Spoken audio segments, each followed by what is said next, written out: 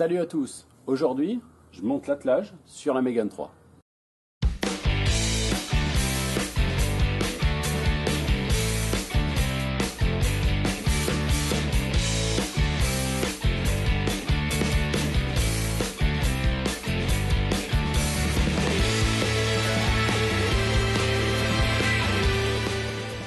Alors sur la Mégane 3, la pose de l'attelage ne pose pas de problème particulier, il y a juste la dépose du pare-choc arrière et il n'y a pas de découpe à prévoir.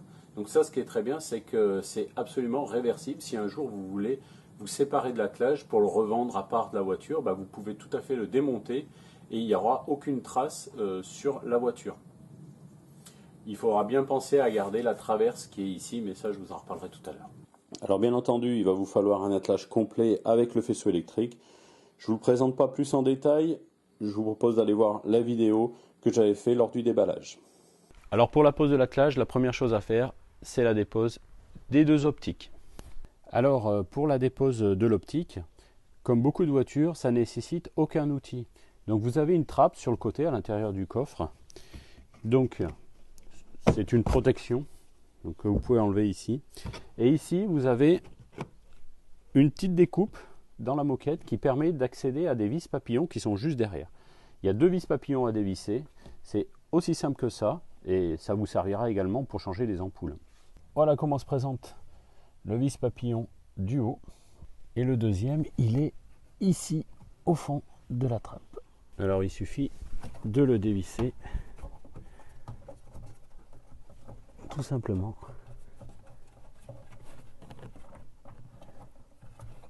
En essayant de ne pas le perdre. Voilà, vis papillon classique. Et pour le second, c'est pareil. Donc c'est pas serré du tout, hein.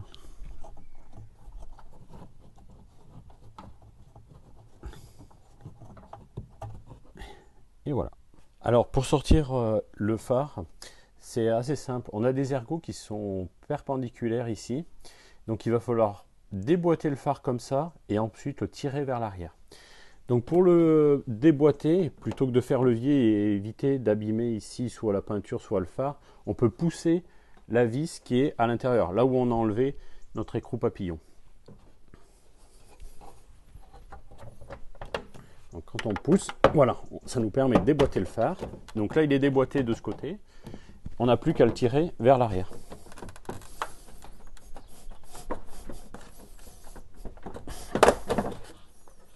Voilà. Donc voilà comme il est fait. Il faut pousser vers l'extérieur pour le sortir de ce petit ergot ici. Donc après, avec un petit tournevis plat, vous pouvez déboîter très simplement la prise. On fait pareil de l'autre côté et ensuite on s'attaque au pare-choc. La première chose à faire, c'est d'enlever deux petites vis qui sont dans le passage de roue. Donc il y en a une ici et une ici. C'est de la douille de 7. Voilà, très classique.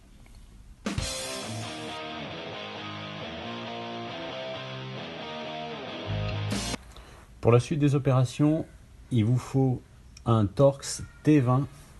Donc il y a 7 petites vis Torx à dévisser sous le pare-choc. Vous en avez une ici en bout, une ici, ensuite une là. Vous pouvez également utiliser une douille de 8 pour celle-ci. Idem pour celle-là. Ensuite, vous en avez une ici, une là, et une tout en bout, ici. Donc il y en a 7, c'est du T20, aucun souci.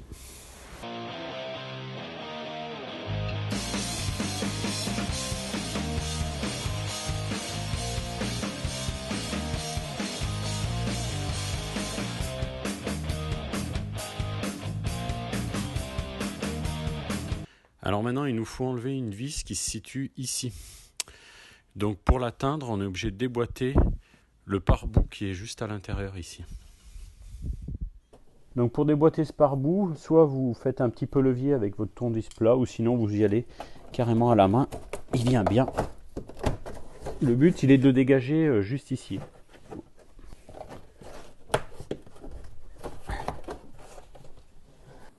Donc ici dans l'aile, vous avez une petite encoche, vous avez une vis Torx qui est tout au fond. C'est celle-ci qu'il va falloir déposer.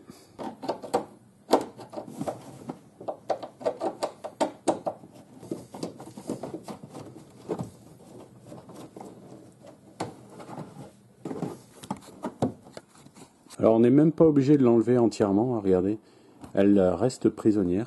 Donc ça, ce qui est très bien, ça va être pour le remontage surtout. Et bien entendu, on fait la même chose de l'autre côté. Donc avant d'enlever notre pare-choc définitivement, il nous manque ici 2 petites vis, une ici et la même de l'autre côté, et des petits capuchons qui sont ici. Donc c'est des butées de coffre en fait, mais il faut quand même les enlever parce qu'ils vont nous gêner pour enlever notre pare-choc. Donc cette vis, c'est une douille de 7.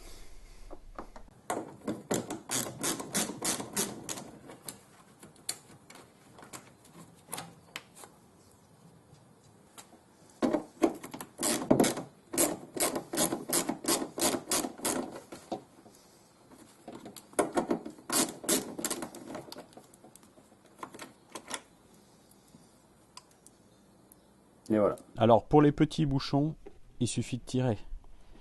Voilà, ils viennent très facilement à la main. Et c'est exactement la même chose de l'autre côté. Ah, là, il est venu avec le fond.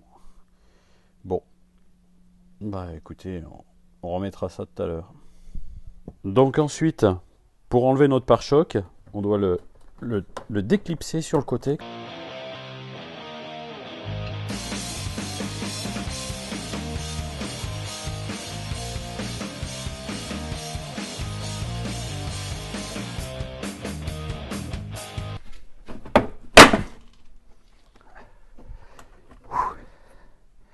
Ouais, en fait il y a des clips sur le côté. Je vais vous montrer dans le détail après.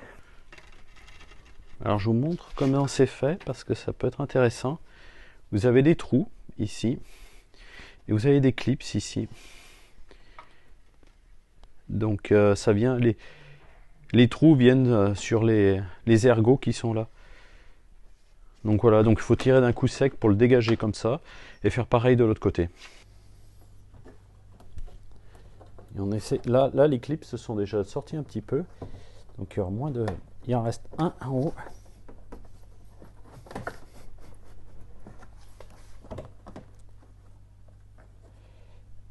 Il y a celui du bout qui n'est pas sorti. Voilà.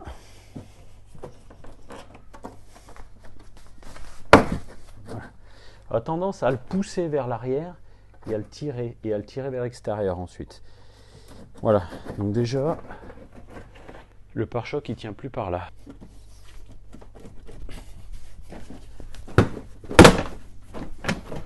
Ah, il vient en le tirant comme ça.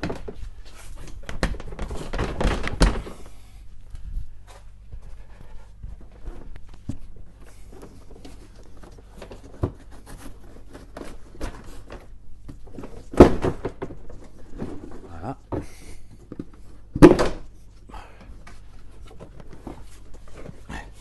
Là, il tient plus par grand chose.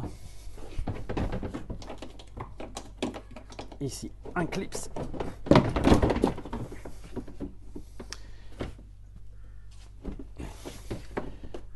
Alors, il y a encore la prise des radars de recul qui est juste là. Je vous montre. Donc, la prise de radar de recul, elle est là. Alors, pour enlever cette prise, il faut appuyer sur le petit ergot qui est ici et tirer. Donc on appuie, alors elle est assez serrée et on tire, voilà, elle vient. Ensuite je vous conseille de mettre votre pare-choc dans un endroit propre de manière à ne pas l'abîmer. Donc une fois que notre pare-choc est enlevé, il va falloir enlever cette traverse. Donc je vous conseille vraiment de cette traverse de la conserver parce que le jour où vous allez vouloir enlever votre attelage, il va falloir la remettre. Donc en aucun cas ne l'acheter. Elle se vend même sur internet, il y en a qui les vendent. Il y a un marché là-dessus, mais bon, ce serait bête de la jeter pour après en racheter une autre plus tard, quoi.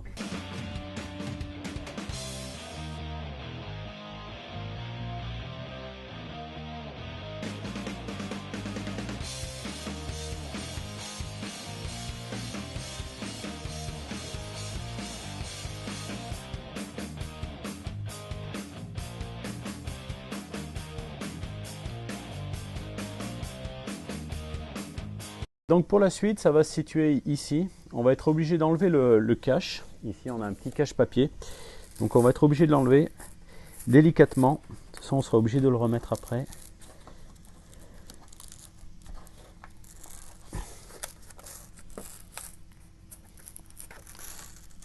Alors je vais voir, je vais peut-être pas l'enlever entièrement.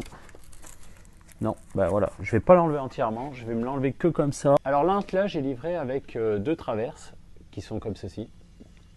Donc vous ne pouvez pas vous tromper entre la gauche et la droite, puisque celle de la gauche, elle a à l'extrémité un S, alors que l'autre est complètement plate.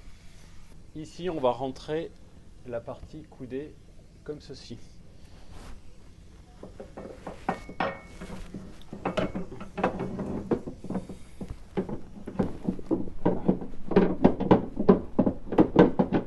J'ai l'impression qu'il y a quelque chose qui bute au fond.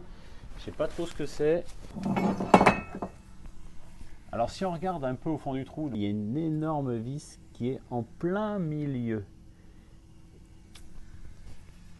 Je vais vous montrer. Donc vous voyez en plein milieu, là il y a cette vis qui sort et on bute dessus. La vis qu'il va falloir enlever pour passer notre tige, bah, c'est celle-ci. C'est celle qui vient supporter le cylinder block du pot d'échappement. Alors cette vis c'est du 13.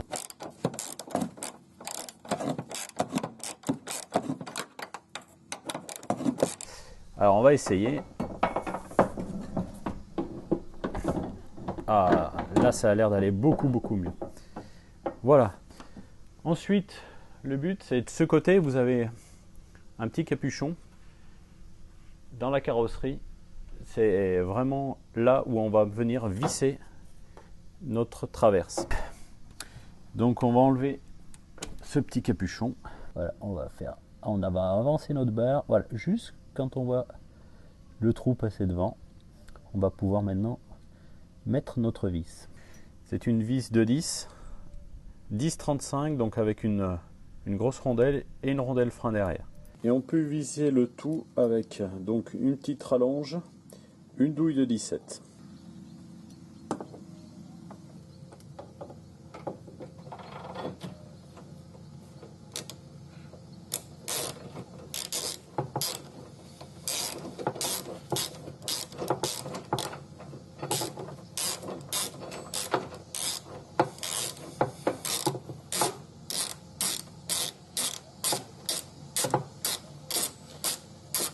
Alors l'inconvénient c'est qu'on voit pas grand chose. Ouais, on sent que ça prend quand même. Alors je vais pas la visser à fond, je vais laisser un peu de mou pour pouvoir aller mettre l'autre vis. Alors pour aller mettre les deux autres vis, on va être obligé d'enlever le tapis de sol et faire la place dans notre coffre. Alors pour déclipser le tapis de sol, vous avez deux petits clips dans le fond à tirer vers vous. Voilà, et à pas perdre.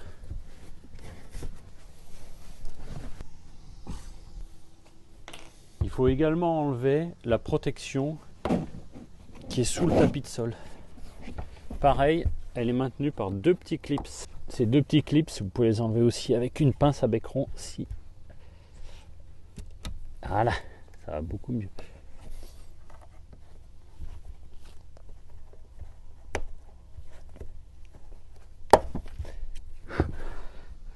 Et voilà.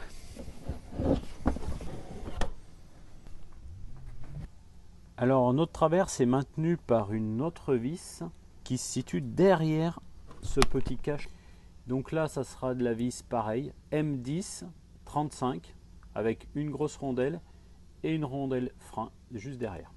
Donc ici en fait la deuxième vis va se situer derrière cette petite pastille. C'est juste un autocollant qui est collé.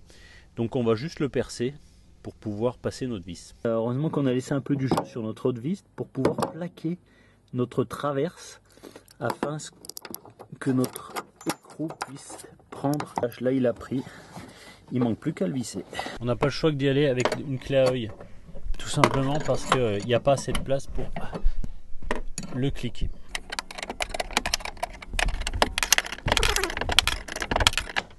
Alors on serre modérément, c'est uniquement de la tôle qui est pris en sandwich. Donc maintenant on peut aller verrouiller l'autre écrou. Pareil, là on serre mais modérément.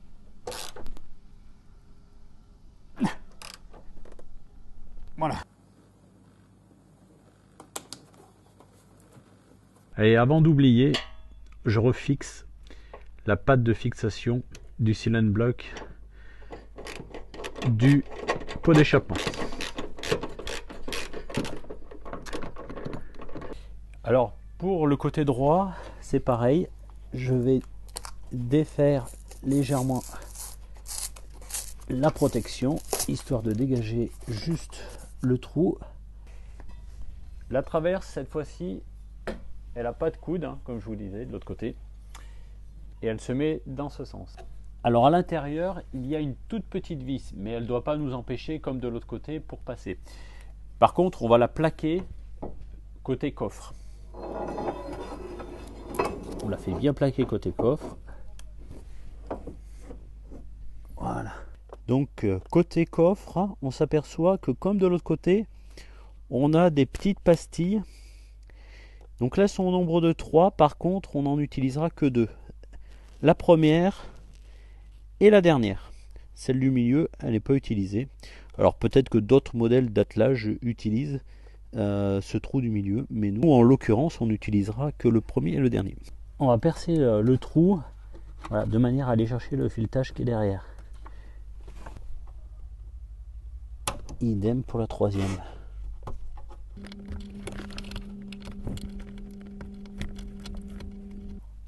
Alors comme tout à l'heure, c'est exactement la même boulonnerie. Vous avez du M10 avec une rondelle frein et une grande rondelle de 35. Donc là, on va aller chercher l'écrou prisonnier.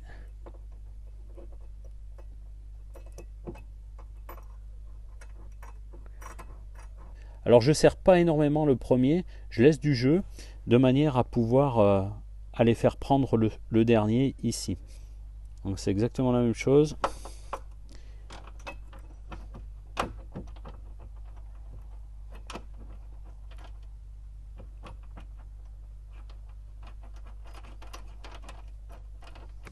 Ensuite on peut serrer nos écrous. Et là le gros avantage c'est qu'on peut mettre le cliquet. Et c'est quand même beaucoup mieux. Là pareil, on serre modérément. Idem pour le dernier écrou.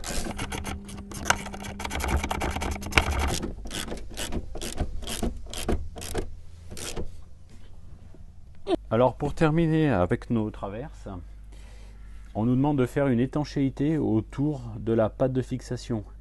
Bon, le souci qui se pose, c'est que faire une étanchéité avec quelque chose de caoutchouteux comme ça, c'est pas évident. Donc on va essayer de faire au mieux. Donc je vais pratiquer une découpe de manière à pouvoir placer notre cache au mieux. Il faut que je fasse une découpe un peu mieux que ça.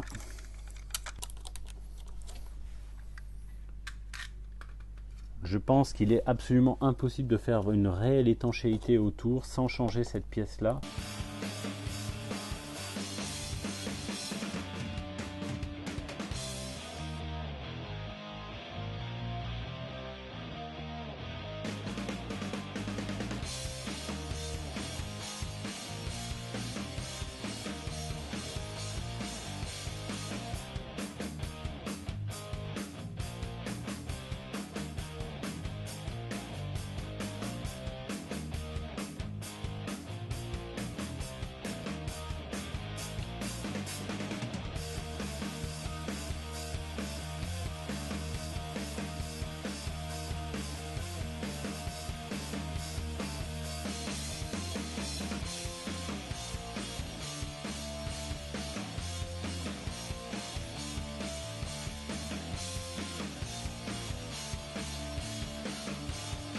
Avant de parfaire notre étanchéité, on va présenter la barre centrale pour voir s'il n'y a aucun problème.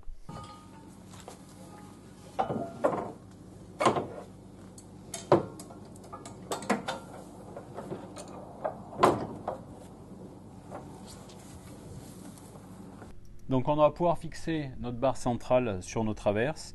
Donc pour cela, il est fourni des vis qui sont du M12, donc du diamètre 12, avec donc des rondelles et une rondelle frein.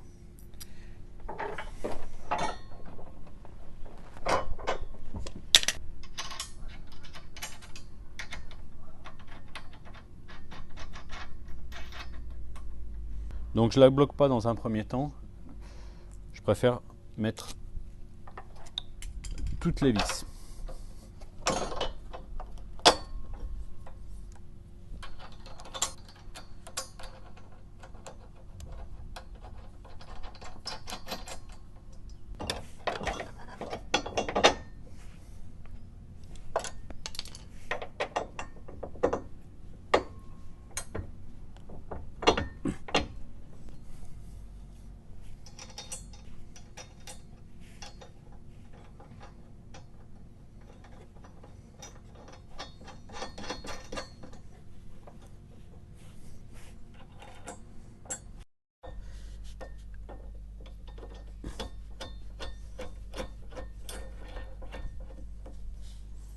Et pour tout resserrer, c'est du 18 côté écrou et côté boulon, c'est du 19. J'ai fait un premier serrage ici, je fais un premier serrage de l'autre côté.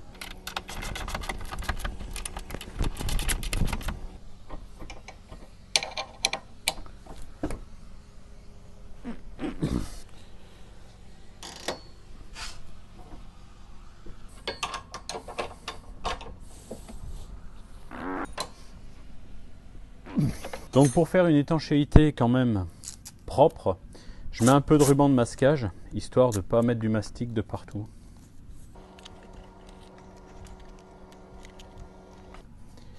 Et bien sûr, je fais la même chose de l'autre côté. Ensuite, je peux parfaire l'étanchéité avec un joint classique, donc multi-usage.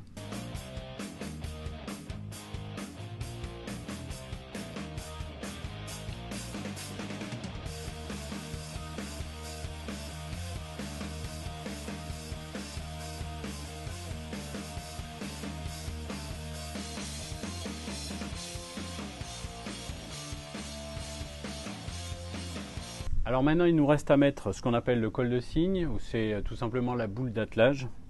Donc pour faire cette fixation, on a des vis de 12. Alors, on dit que cette boule est démontable. Elle est certes démontable avec des outils, il suffit d'enlever ces deux écrous de 12, sauf que les écrous de 12 tiennent également la prise. Donc c'est pas très pratique de les démonter très souvent en fait. Vaut mieux la laisser à demeure, sinon il faut acheter le système qui se clipse et là on a vraiment quelque chose de démontable. Donc pour la poser, rien de plus simple, et on met la deuxième vis de la même manière. Donc c'est fourni avec une petite plaque qui atteste que c'est aux normes. Et c'est sur la vis du fond que l'on va fixer la plaque qui va supporter la prise électrique. Donc pour cela, il y a une rondelle intermédiaire, une rondelle frein et un écrou.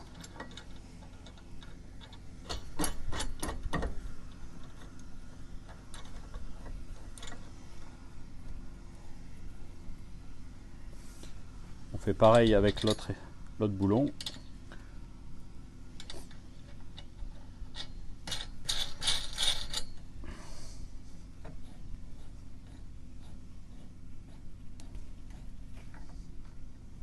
Il n'y a plus qu'à serrer le tout. Donc l'écrou, c'est du 18 et la tête de vis, c'est du 19.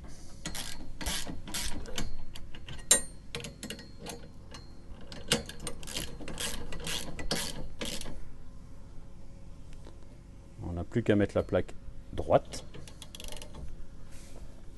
et on serre.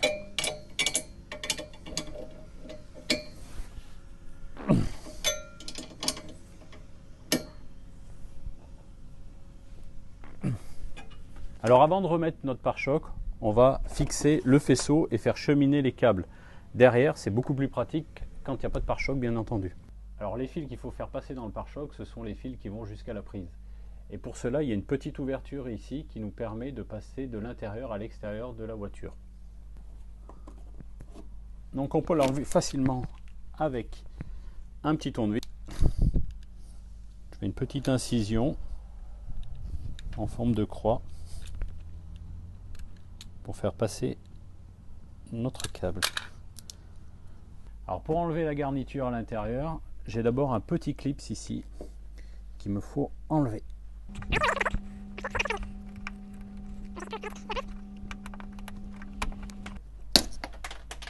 Et ben c'est raté, il a cassé. Bon, une fois sur deux ça casse, hein. Vous inquiétez pas, il va falloir le remplacer. Donc ensuite, pour enlever la garniture, on soulève le joint et on peut repousser ici. Voilà. On peut repousser notre garniture. Je peux ensuite faire passer mon câble donc dans le trou ici.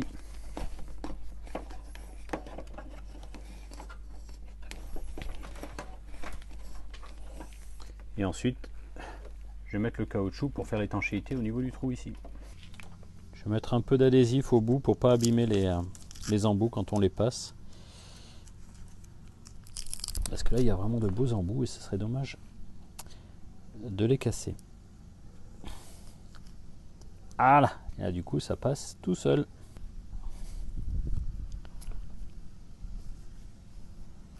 Et voilà.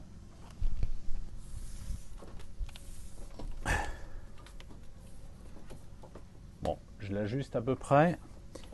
Je vais le passer un petit peu derrière ici, jusqu'à la prise. Moi, je vais le laisser sortir comme ça, un peu de mou. Voilà. Alors, c'est livré avec des petits colliers. On va pas s'en priver. Donc, on met nos colliers en les récupérant derrière. Voilà. Et bien sûr, le collier est trop court. Super. Ça, c'est très bien étudié.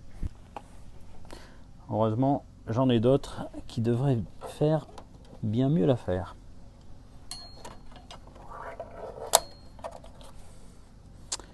Ah, ça va mieux.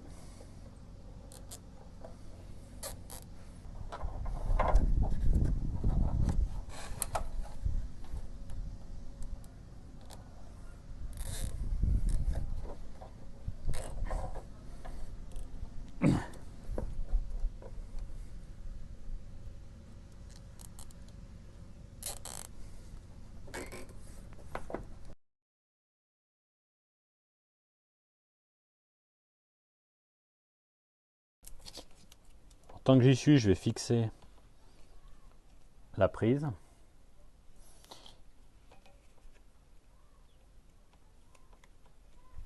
Donc pour cela, je vais passer les fils à l'intérieur avec la protection. Donc il y a un petit plat ici, c'est ce qui va vers le haut. Donc là je vous mets les codes couleurs. Donc après il n'y a plus qu'à raccorder, hein, c'est tout simple.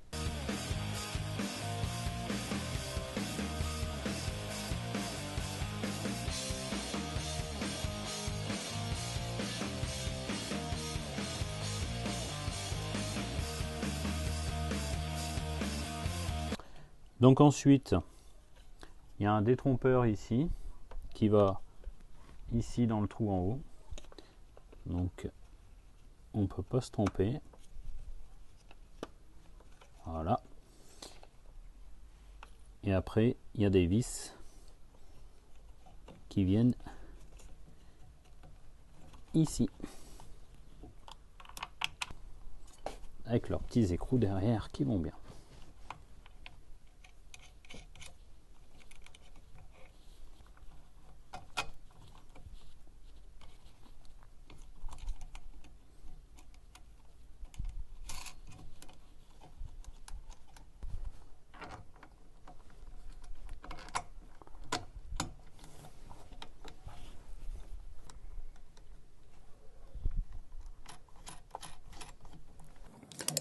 finis de serrer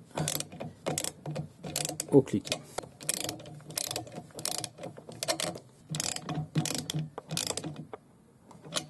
Donc voilà, une fois terminé, ce que ça donne.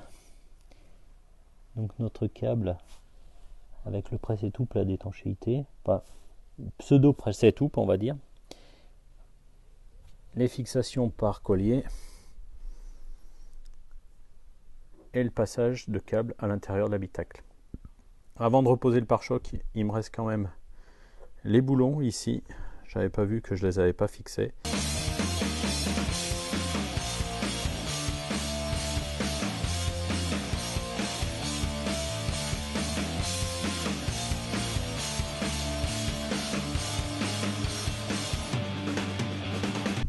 Donc pour remettre le pare-choc, je le mets d'abord en appui tout simplement sur la boule d'attelage et je vais m'occuper d'un côté. Pour moi, il faut d'abord le reclipser. Donc là, il est un peu haut. Voilà. Pour moi, il faut le reclipser comme ceci. Voilà, et là, voilà. Là, il est parfait. Et je fais de l'autre côté. Alors, l'autre côté, c'est la même chose. Je le remonte. Je le reclipse ici. Alors, faire attention de ne pas se prendre le joint.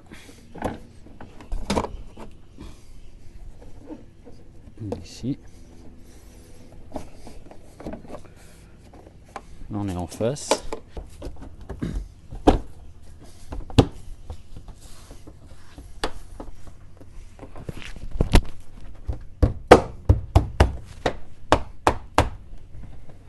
Voilà. Là, il sera maintenu par la vis. On peut ensuite venir serrer la vis latérale et remettre le pare-bout. Alors tant qu'on est dans le pare-bout, on peut remettre les vis de maintien. Voilà. Et ensuite on peut faire celle du bas.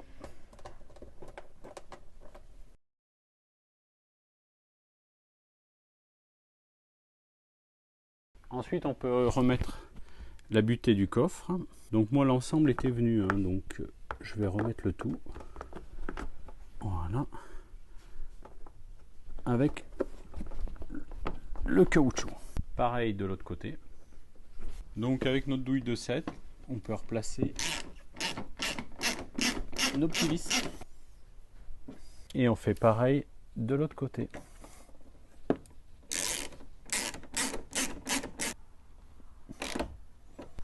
Donc, toujours avec notre douille de 7, on va replacer nos 7 vis. Les vis noires, c'est les extérieurs. Et les vis blancs, c'est les intérieurs.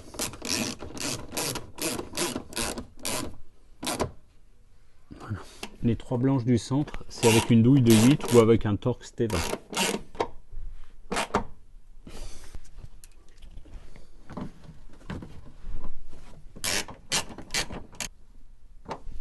Alors ça reste du plastique, hein, donc on serre modérément si on ne veut pas que ça passe au travers.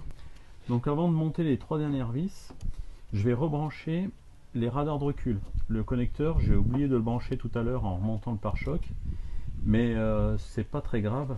Vous pouvez, avant de remonter ces 3 vis, avoir accès au connecteur qui est juste là. Donc là, je viens juste de le rebrancher. Donc il n'y a pas de souci, on peut l'atteindre par ici. D'ailleurs, même si un jour vous avez une panne, vous savez que vous pouvez atteindre ce connecteur sans démonter tout le pare-choc.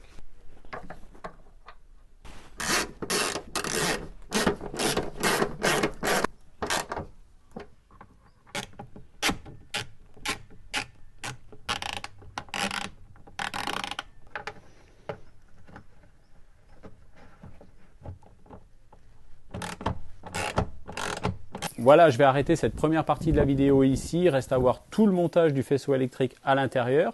Sachez quand même que cet attelage, ça fait 1 an que je l'utilise et je n'ai aucun problème. Que ce soit sur l'étanchéité ou sur les fixations, rien n'a bougé. Donc allez-y, Si cette vidéo vous a plu, n'hésitez pas à mettre un pouce vers le haut, à vous abonner à la chaîne. Vous êtes encore beaucoup à regarder cette chaîne sans être abonné, donc n'hésitez pas, le bouton est juste là en dessous. Abonnez-vous. En attendant la prochaine vidéo, je vous dis